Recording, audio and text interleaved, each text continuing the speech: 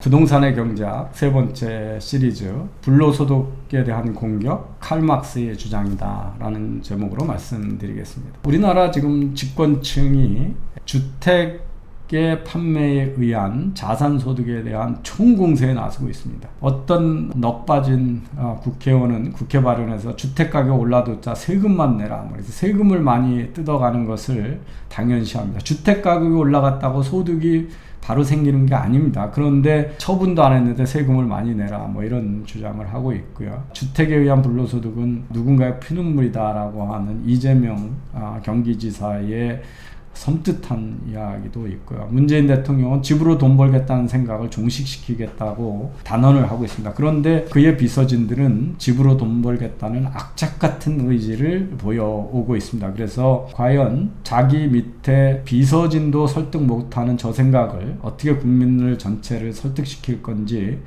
모르겠지만, 이 불로소득에 대한 우리 사회의 편견과 잘못된 생각은 끝이 없는 것 같습니다. 불로소득은 영어로도 노동소득이 아닌 거다, 그런 거고요. 영어도 unearned income이라고 해서 노동의 대가로 얻는 임금이나 보수 외의 소득을 이야기할 뿐이지 이것이 부당한 소득이 아니라는 거죠. 그래서 대표적인 것이 우선은 이자, 배당, 임대료 등 자산 투자에 의한 수익이 있습니다. 그러면 불로소득이 잘못된 경우 은행도 이자를 주면 안 되는 거고, 주식을 사서 배당을 받으면 되는 거 아니고, 집을 남한테 주고 임대료를 받으면 안 되는 거겠죠. 그런 것들은 다 부도덕한 것으로 되겠죠. 그 다음에 이제 유가증권이나 부동산의 매매 차익에 의한 재산 소득이 있겠죠. 그래서 주식을 사서 높은 가격에 팔아서 이익을 받으면 그것도 불로소득이니까 하면 안 되는 거고, 연금 소득도 또한 그렇습니다. 우리나라의 지금 저소득층 국민연금은요, 부자들이 돈을 많이 내고 기여를 많이 하고 받아가는 거는 저소득층이 많이 가기 때문에 연금의 국민소득으로, 여러분 국민연금에서 받는 소득도 저소득층에는 상당 부분의 불로소득이 포함되어 있습니다. 우리나라 국민연금이 최근에 삼성전자로부터 몇 년 동안 받은 배당소득만 해도 3조 5천억이 넘습니다. 그것이 다 우리한테 국민연금으로 되돌아오는 거죠. 그러면 이것도 되지 않는 거고요. 그 다음에 상속이나 여러분 부모님한테 용돈 드리는 것도 다 불로소득이죠. 부모님 입장에서 보면 이건 사적 이전 소득입니다. 불로소득은 누군가의 피눈물이라고 얘기했던 이재명 지사야말로 우리나라에서 가장 좌파적인 복지 정책을 쓰고 싶어 하는 거죠. 이 복지야말로 노력이 들어가지 않은 꽁돈이죠. 이게 공적 이전 소득입니다. 그래서 불로소득이 부당한 거라면 모든 금융산업을 부정해야 되고, 복지제도를 부정해야 되고, 가족 간에 용돈을 주거나 서로 도와주는 것들을 부정하게 되는 거죠.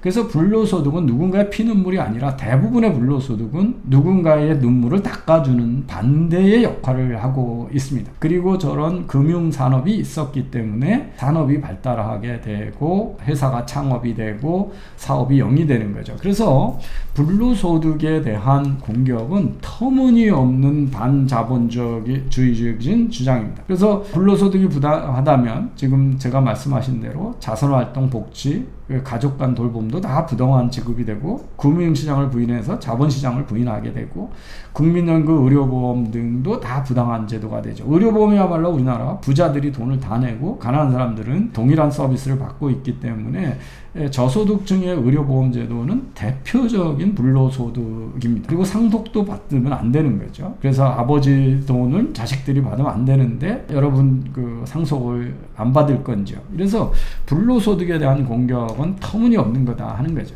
그런데 이 좌파 또는 추미애 장관을 비롯한 조지이스트들이 불로소득을 뭐라고 얘기하냐면, 개인의 노력하고 상관없이 사회적 변화, 경제적 여건 변화에 의해서 생기는 이익인데 그걸 개인이 가져가는 것이다. 이게 이제 불로소득이라고 주장을 하는 거죠. 그래서 쉽게 말하면 내가 집에다 투자를 한 게 아니라 동네가 좋아져서 집값이 올라갔는데 그 집값에 올라간 거를 개인이 가져가기 때문에 부당하다라고 주장을 합니다. 이런 주장은 그 재산권이라고 하는 거에 대한 이해가 없기 때문이다. 재산권은 재산을 소유함으로써 거기서 파생되는 이익은 다 그 재산권이 있는 사람이 향유할 수 있게 된다라고 하는 것이 재산권의 정의입니다. 그래서 여러분이 주식을 가지고 있기 때문에 그 주식에 여러분이 어떤 노력을 가하지 않아도 회사가 잘 돼서 이익이 내면 그 주주한테 이익을 주는 거죠. 그래서 노력과 상관없다고 해서 부당한 이익이 아니고 사실은 재산권이라고 하는 것은 재산을 소유하면서 파생되는 이익을 다 재산권에서 귀속시키는 그것이 우리가 소위 자본주의의 근본적인 원리입니다. 그걸 부인하는 거죠. 그 다음에 이제 자산소득이 과연 다 노력과 무관한 소득이냐 하는 거죠. 만약에 노력과 무관하다 그러면 누구나 거기 참여하면 소득을 얻을 수 있는데 왜 워린 버핏만 그렇게 투자해서 많은 효과를 낼까요? 그렇지 않죠. 이 자산소득도 높이려면 어마어마한 공부와 노력이 필요합니다. 좋은 동네 집을 살려면 마찬가지고요. 주식도 잘 고르려면 그렇죠. 그 다음에 여러분이 집을 가지고 있는데 단독주택 같은데 수리도 안 하고 다 썩어 문드러져고 옆에다가 정원도 안 가꾸고 그래도 그 집값이 유지가 되나요? 아니죠. 자산소득도 상당 부분의 노력이 들어가고 지식이 들어가야 누릴 수가 있습니다. 또 하나 이제 우리가 주의해야 될 것은 임금 또는 우리가 이제 불로소득의 반대면 유로소득이겠죠. 노동에 의한 소득은 노력에 의한 소득이 다 자신의 노력에 결부된 소득이냐. 여러분 왜 가난한 나라에서는 교육을 받지 못하나요? 그것은 국가가 교육을 기회를 제공하지 않기 때문에 그렇습니다. 그런데 여러분이 높은 임금을 받는 것은 대개는 교육 투자의 결과고 그 교육 투자는 부모와 사회의 투자에 의한 겁니다. 장학금이 되든 싼 공립학교가 되든. 그래서 여러분이 높은 임금을 받는 투자는 여러분의 노력이 아니라 우리가 속한 사회와 부모들의 투자에 의한 거고요. 같은 교육을 했다고 해서 다 김연아처럼 스케이팅을 잘 타고 박지성처럼 축구를 잘하고 있거나 또는 노벨상을 타지 않죠. 이거는 같은 투자를 해도 지능과 재능에 따라서 들어오는 돈의 결과가 전혀 다르게 되죠. 그래서 이건 천부적 재능에 의한 결과입니다. 그래서 임금의 소득이라고 해서 그것이 다 본인의 노력의 결과냐? 아니죠. 신이 든 여러분의 부모들이 줬던 재능과 재능의 결과이기도 합니다. 회사에서 과연 보너스가 받는 게 다 회사원의 노력에 비례해서 분배되는가? 그러면 경기가 나빠서 올해 보너스를 덜 받고 경기가 좋을 때 잘 받는 거는 회사원들이 그때 노력을 들여서 그러냐? 그렇지 않죠. 직원 간에도 할 일 안 하고 남한테 떠넘기고 말썽 일으키면서 다른 직원한테 일을 떠넘기는 직원이 직원을 착취하는 경우도 많고 직원이 경영자를 착취하는 경우도 많죠. 강성노조가 일 안 하고 파업해놓고는 파업할 때 잃었던 임금을 다 달라고 해가지고 하는 것들은 바로 직원들이 경영자, 자본가를 착취하는 경우입니다. 그 다음에 이제 북한에 가서 우리나라 사람들이 왜 임금을 제대로 못 받냐? 그럼 북한이라고 하는 사회가 고임금 노동자에 대한 수요가 없는 사회입니다. 그래서 여러분이 높은 임금을 받는 것은 우리나라가 산업화가 돼서 사회 발전에 따라 임금 수준이 올라갔기 때문에 높은 임금을 받는 거지 여러분의 노력이기 때문에 되는 게 아니죠. 그래서 임금 소득은 자신의 노력이 결부되니까 정의로운 소득이고 자산 소득은 아니라는 것은 이런 노력과 소득학을 결부시킨다는 것은 그렇게 칼로 물베듯이 연결시키는 것이 근거가 없는 논리다라고 하는 거죠. 이런 잘못된 생각을 하는 것 중에 특히 부동산을 불로소득이라고 하면서 공격하는 사람들은 이게 소위 지대라고 하는 거에 대한 오해가 많이 있습니다. 근데 우리가 그 소장농이 소장료를 내는 거나 집사람이 월세를 내는 것이 경제학에서 얘기하는 지대 추구의 지대가 아님에도 불구하고 단어가 지대라는 것으로 동일하기 때문에 이것을 애담 스미스도 불로소득에 대해서 지대에 대해서는 노력 없이 얻는 소득에 대해서는 과세를 해도 경제에 해를 끼치지 않는다. 이게 조지스트도 똑같은 얘기를 해서 이런 세금이 가장 좋은 세금이다. 그러니까 노력하지 않은 거에 대해서 부당한 거에 대한 세금을 내야 된다라고 하는 건데 임대료 전액이 지대가 아니라는 겁니다. 이 지대 추구라는 말을 만들어냈던 경제학자는 골든 툴락이라고 하는 학자입니다. 제가 여러 번 말씀드렸는데 이분이 경제학 박사기도 없고 학사기밖에 없는 분입니다. 근데 아주 천재인데요. 애리조나 대학 때 제 옆에 경제학과의 원로 교수였고 아시아에 한국도 많이 왔었고 중국에 가서도 경제 어드바이저를 했고 한동안 행동경제학에서 노벨상 후보로 많이 거론됐던 아주 분입니다. 얼마 전에 몇 년 전에 돌아가셨는데요. 저는 애리조나 대학 때 그분이 아시아에 경험이 많았고 어떤 이유에서인지 친절하신 분이고 그래서 제가 자주 점심을 같이 먹으면서 많은 이야기를 나누고 저를 어떻게 보면 아주 손잡고 이렇게 귀여워했던 그런 분인데 이 지대추구라는 말은 골든 툴락이 1967년에 중국의 봉건 시대에 지주들이 소작들한테 과도한 소작료를 징수하는 데서 만들어낸 겁니다. 그건 뭐냐면 땅을 가지고 자기가 죽으라고 열심히 최선의 지식과 노력을 투입해서 100만 원 수입이 가능한데 소작인한테 주면서 120만 원의 소작료를 요구하면 자기가 그 땅을 가지고 집장 농사 지어서 벌을 수 있는 것보다 20만 원을 더 요구한 것은 소작농의 노력을 뺏은 거기 때문에 저 20만 원이 소위 지대라는 겁니다. 그러니까 부당하게 독점력을 이용해서 을한테서 자기가 얻을 수 있는 수익보다 더 많은 수익을 뺏어간 거,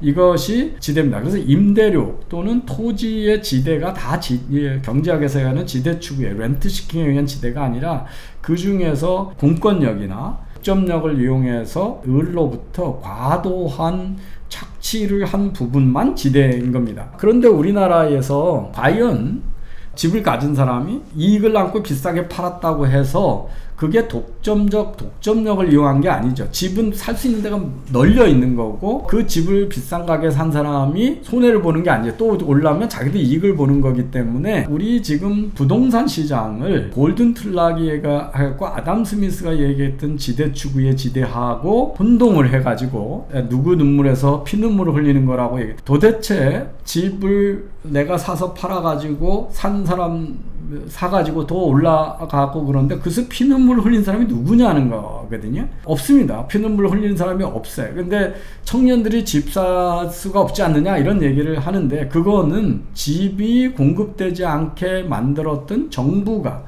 문제지 개인은 그 공급에 대한 책임이 없거든요. 그래서 이건 맞지도 않는 얘기고요. 이 불로소득의 공세에는 지극히 공산주의적인 칼막스적인 사상이 배경이 있다. 칼막스는 노동만이 가치를 만들고 이 노동가치서를 주장을 하고 있고 모든 노동이 동일한 가치를 만든다고 주장을 했던 겁니다. 그래서 이자를 그 다음에 부도덕하게 간주했던 이슬람 은행마저도 그러면 이자를 안 받고 은행이 어떻게 비용을 메꾸면서 영업할 수 있냐. 그래서 이자라고 인트레스트라고 안 그러고 피라고 수수료라고 이름을 바꿔서 돈을 받습니다. 그게 현실적으로 뭐가 다르냐는 거죠. 동일한 거죠. 그래서 아주 경제, 금융에 대한 우리나라가 고리되고 뭐고 나쁜 거다라고 했던 아주 그 중농주의적인 생각을 가지고 있었거나 산업혁명 초기에 잘못된 저 노동가치설에 의해서 노동자들의 근로소득은 정의로운 거고 나머지는 다 부도덕한 거라고 하는 전 근대적인 사상적 배경을 가지고 보기 때문에 불로소득에 대한 공세를 하는 사람들의 어이가 의심스러운 거죠. 자본주의 경제는 새로운 부가가치는 창업가의 아이디어를 바탕으로 자본과 노동이 결합해서 남하고 다를 때 높은 가치를 만들어내고 그건 시장에서 가격이 결정하는 거죠. 그래서 높은 부가가치를 자본이 얼마만큼 기여했고 노동이 얼마만큼 기여했는지 정확히 구분할 수가 없습니다. 그래서 이걸 노동자의 노동력으로 뜻인지 자본가의 기여인지에 대해서 우리가 구분할 수가 없죠. 이게 창업가의 기여는 얼마든지 자본가의 기여는 얼마인지 노동자의 기여는 얼마든지 분리할 수가 없습니다. 그리고 대개 한 개인의 노동에 의해서 기업 전체의 성과가 왔다 갔다 하는 거는 높은 주일수록 크지만 밑에 내려가면 개인들의 한계 효용은 극히 적습니다. 그래서 최고위원자가 판단을 잘못하면 회사가 많이 왔다 갔다 하지만 일반 직원들의 를 A라는 사람을 B라는 사람으로 바꿔 바꿔서 노동을 시킨다고 해서 기여가 크게 차이가 나지 않습니다. 그런데도 불구하고 금년에 실적이 좀 보너스를 많이 받게 되는 거죠. 그리고 소득에 대해서 세금과 세율은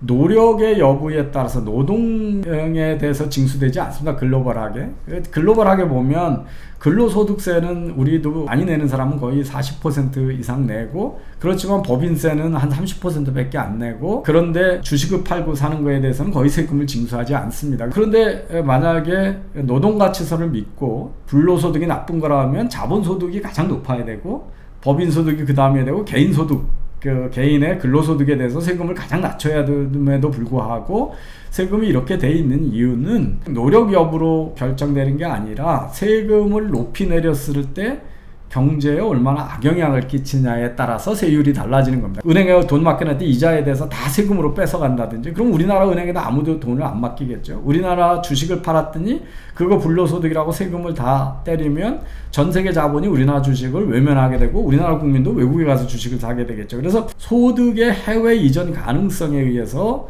경쟁을 하다 보니까 그 자본소득에 대해서 근로소득보다 훨씬 낮은 이자율을 때리는 겁니다. 이런 근로소득에 대한 부당한 이야기는 글로벌 경제나 자본시장의 자본주의에 대한 근본 원리에 대한 부정이고 지극히 사회주의적인 주장이고 칼 막스의 주장을 지금 하고 있는 거다 하는 겁니다. 그래서 이 불로소득은 부정한 소득이라고 하는 우리나라의 아주 어이없는 천박한 편견이 너무 오랫동안 떠들어져 가지고 지금 이 부동산 시장이 조금 하면 집을 사고 팔아서 나오는 소득 자체가 다 부당한 소득인 것처럼 얘기를 하고, 이러니까 지금 가만히 생각해 보시면 100억짜리 가지고 있는 사람보다 집 한 채 가지고 있는 것보다 1억짜리 3개를 가지고 있으면 다가구 주택이라서 그 주택에 대한 양도차익에 대해서 훨씬 높은 세금을 때린다는 게 말이 되느냐 하는 거죠. 그래서 자영업을 하신 분은 국민연금도 없고 퇴직연금도 없는데 배운 거 없고 자영업을 해가지고 돈 번 걸로 노후에 어떻게 할 거냐. 집이라도 사놔서 거기서 임대소득을 하고 메꿔야 되고, 그것이 지금 앞에 제가 다른 두 번째 강의에서 보여드린 것처럼 많은 우리나라의 저소득층들이 그렇게 방 한 칸 남한테 주고 이런 거로 노인들이 소득을 보전하고 있다라고 하는 것들을 봐서 경제적 취약성 계층으로부터 벗어나는데 이런 작은 규모의 자산소득이 크게 도움이 된다는 걸 이미 통계적으로 나와 있는데, 이거에 대한 부당한 공격을 많이 하는 것은 분명히 잘못된 거다. 그래서 불로소득에 대해서 제가 여러 번 말씀드렸습니다만은 불로소득에 대한 공격은 아무런 근거도 없는 이야기고 대한민국에서만 통하는 좌익적인 아주 무식한 선동이다. 이 점을 좀 꼭 널리 알려주셨으면 좋겠습니다. 다음 시간에는 우리나라에만 있는 전세제도는 경제학적으로 어떤 의미를 갖는 것이고, 이 전세제도가 가져온 우리나라의 부동산 시장의 결과는 무엇인지에 대해서 말씀드리도록 하겠습니다. 그리고 이어서 다양한 형태의 토픽을 가지고 우리나라의 부동산 시장의 문제를 경제학적 시각에서 이해하는 강의를 이어가도록 하겠습니다. 온 국민이, 많은 서민들이 문재인 대통령한테 신발을 던지고 싶은 이 부동산 정책, 무식하고 포악하고 약탈적인, 그러면서 국가가 국민을 불림하려고 합니다. 여기에 이제는 경찰 국가적인 생각이 점점 짙어져서 뭐 토지 거래 허가제도 할 수 있다라고 엄포를 넣는가 하면 주택 거래에 대한 부동산 거래 감시 기구를 별도로 만들어서 이제 여러분이 부동산 사고 파는 것들을 정부가 다 들여다보겠다라고 해서 북한식의 나라가 되겠다라는 이야기가 범람하는 이런 어이없는 나라가 되고 있습니다. 이러한 문제점에 대해서 차례대로 설명을 드리도록 하겠습니다. 감사합니다.